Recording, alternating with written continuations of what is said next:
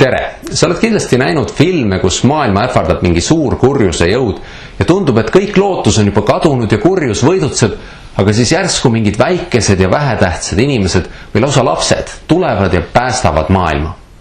Eesti iseseisvumisega oli üsna sarnane lugu. Need poisid sellel pildil on koolipoisid, kes läksid koolipingist vabadussõtta, et sõdida selle eest, et Eesti saaks ja jääks iseseisvaks. Tänases tunnis me räägime selle loo, kuidas Eesti iseseisvaks sai. 20. sajandi alguses oli Eesti olnud 200 aastat Vene keisririigi osa. Eestlased olid juba 100 aastat olnud isiklikult vabad, mäletate 1816 ja 1819 vabastati nad päris orjusest.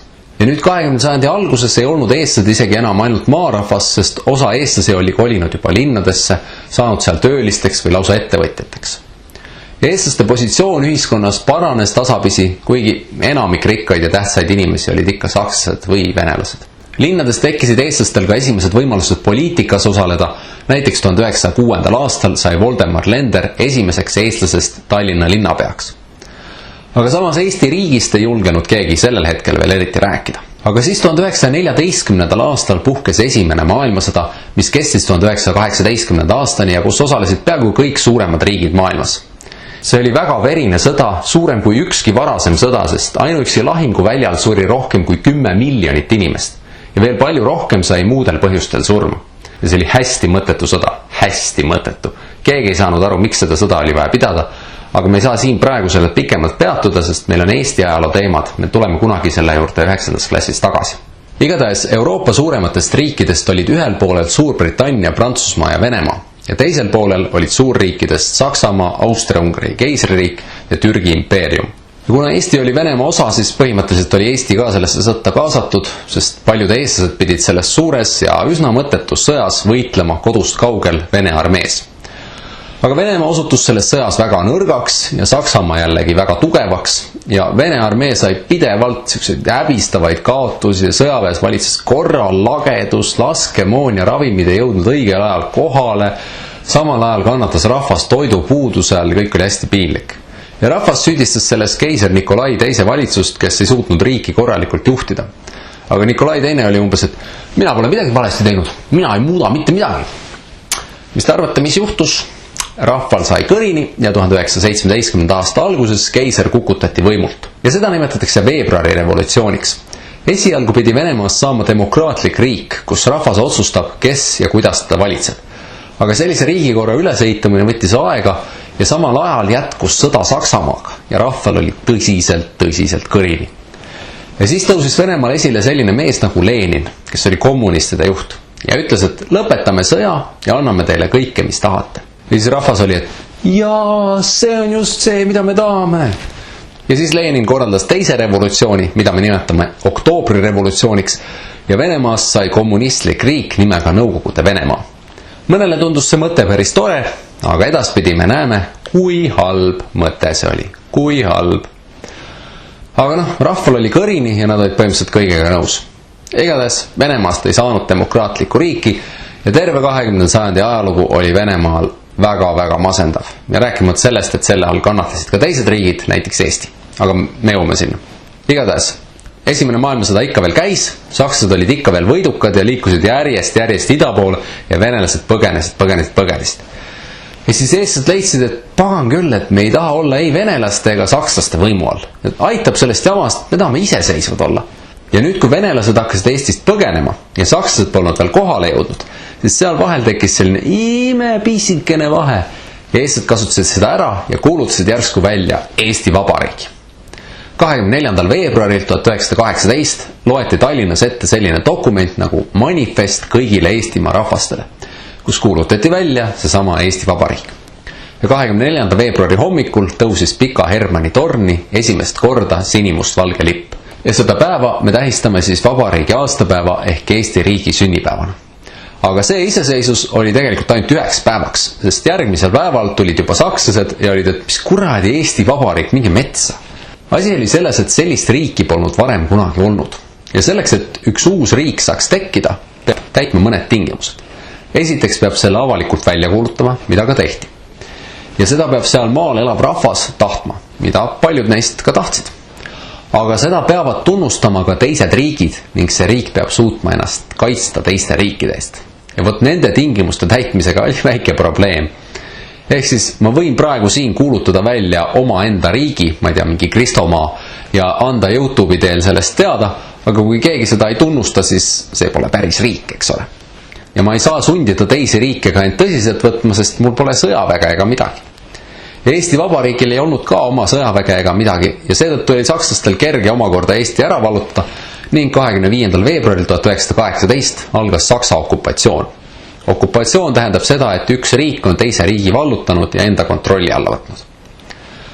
Aga Saksamaaga juhtus selline asi, et idasuunal ehk idarindel olid nad Venemaast tugevamad, aga läänerindel pidid nad sõdima Inglismaa ja Prantsusmaaga, kes olid palju tugevamad ja vastupidavamad kui Venemaa. Ja novembris 1918 juhtus selline äpardus, et Saksamaal sai ka rahval sõjast kõrini, sest see oli veninud juba 4 aastat. Järsku puhkes seal ka revolutsioon ja siis Saksamaa andis alla ja sellega lõppes esimene maailmasõda. Ja siis Saksa armee lasi Eestist lihtsalt jalga, läks vutt koju ja okupatsioon sai läbi. Ja selle peale eestlased olid umbes, et me vist oleme nüüd vabad. Ja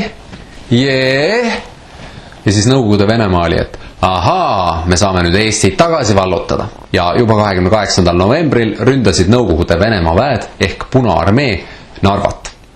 Ja siis eestlased olid, et oi ei, venelased tulevad jälle. Ja algas vabadussõda ehk sõda Eesti vabaduse ja iseseisvuse eest, mis kestis aastatel 1918 kuni 1920.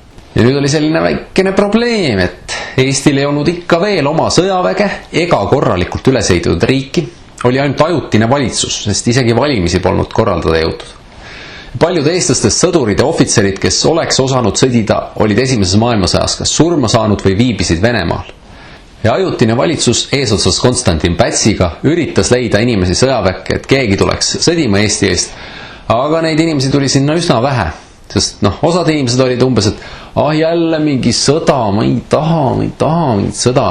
Ja siis teised olid umbes, et Eesti ei suuda Venemaale vastu hakata.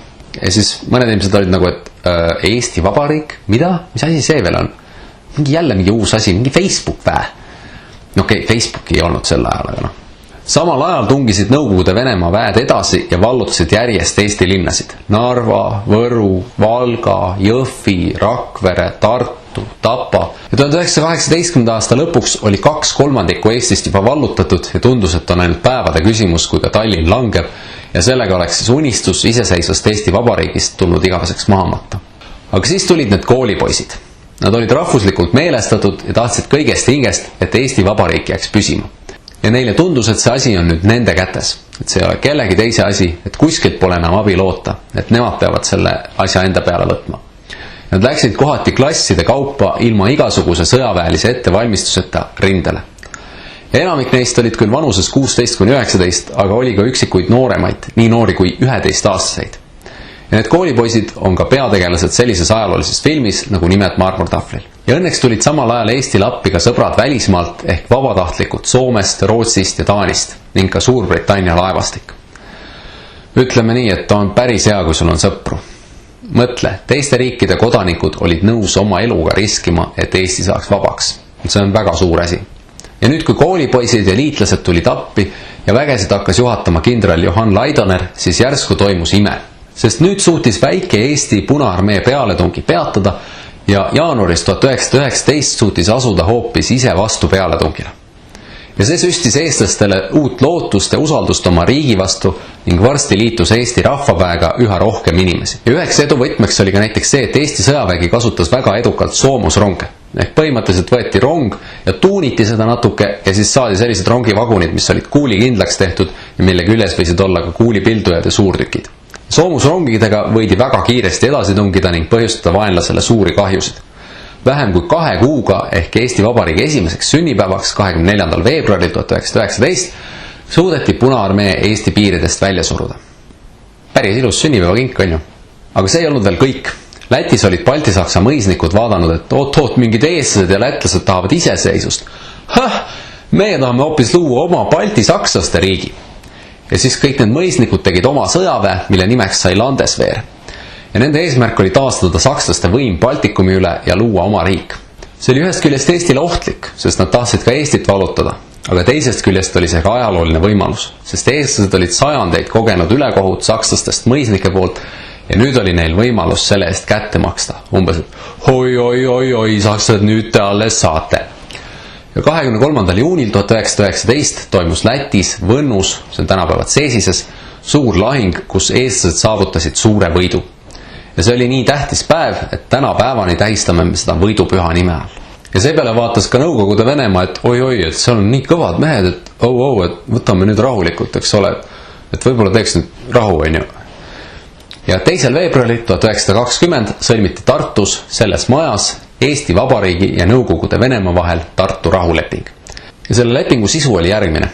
Esiteks sellega lõpetati muidugi sõda, sellega pandi paika 2 riigi vaheline piir, Nõukogude Venemaa kohustus Eestile üle andma osa tsaaririigi kullavarudest ning ka vahepeal Venemaale viidud Tartu Ülikooli kultuurivarad ning kõige olulisem, Venemaa tunnustas igavesest ajast igavesti Eesti riigi iseseisvust ning loobus kõigist õigustest Eesti suhtes. Punkt! Kahjuks me näeme varsti, et Venemaa nendest lubadustest kinni ei pidanud. Igatahes vabadussõda lõppes eestlastel edukalt ja tänu vaprale vastupanule saime esimest korda oma riigi. Neid vapraid, kes selles sõjas võitlesid, hoiti väga suures aus. Peaaegu igasse Eesti maanurka püstitati mälestusmärk nende langenute auks, kes sealt paigast vabadussõjas olid käinud ja langenud.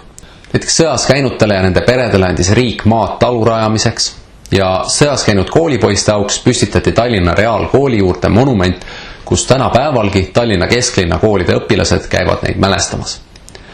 Vahepeal aastatel 1940–1991, kui Eesti ei olnud iseseisev, siis võõrad võimud ei hoolinud meie vabadussõjast, aga nüüd, kui Eesti on taas iseseisev, siis on klaaritud ka üks vana võlg ära ning 2009. aastal rajati Tallinnasse Vabaduse väljakule vabadussõja ausammas. Ühesõnaga, kokkuvõtteks. Esiteks, 20. sajandi alguses ei olnud eestlased enam ainult maarahvas, vaid mõned olid juba linnadesse kolinud. Teiseks, 1914–1918 toimus esimene maailmasõda, kus Venemaa koosseisus osales põhimõtteliselt ka Eesti. Kolmandaks, Venemaal ei läinud sõjas hästi, puhkesid revolutsioonid, Venemaa nõrgenes veelgi ning lõpuks tulid võimule kommunistid.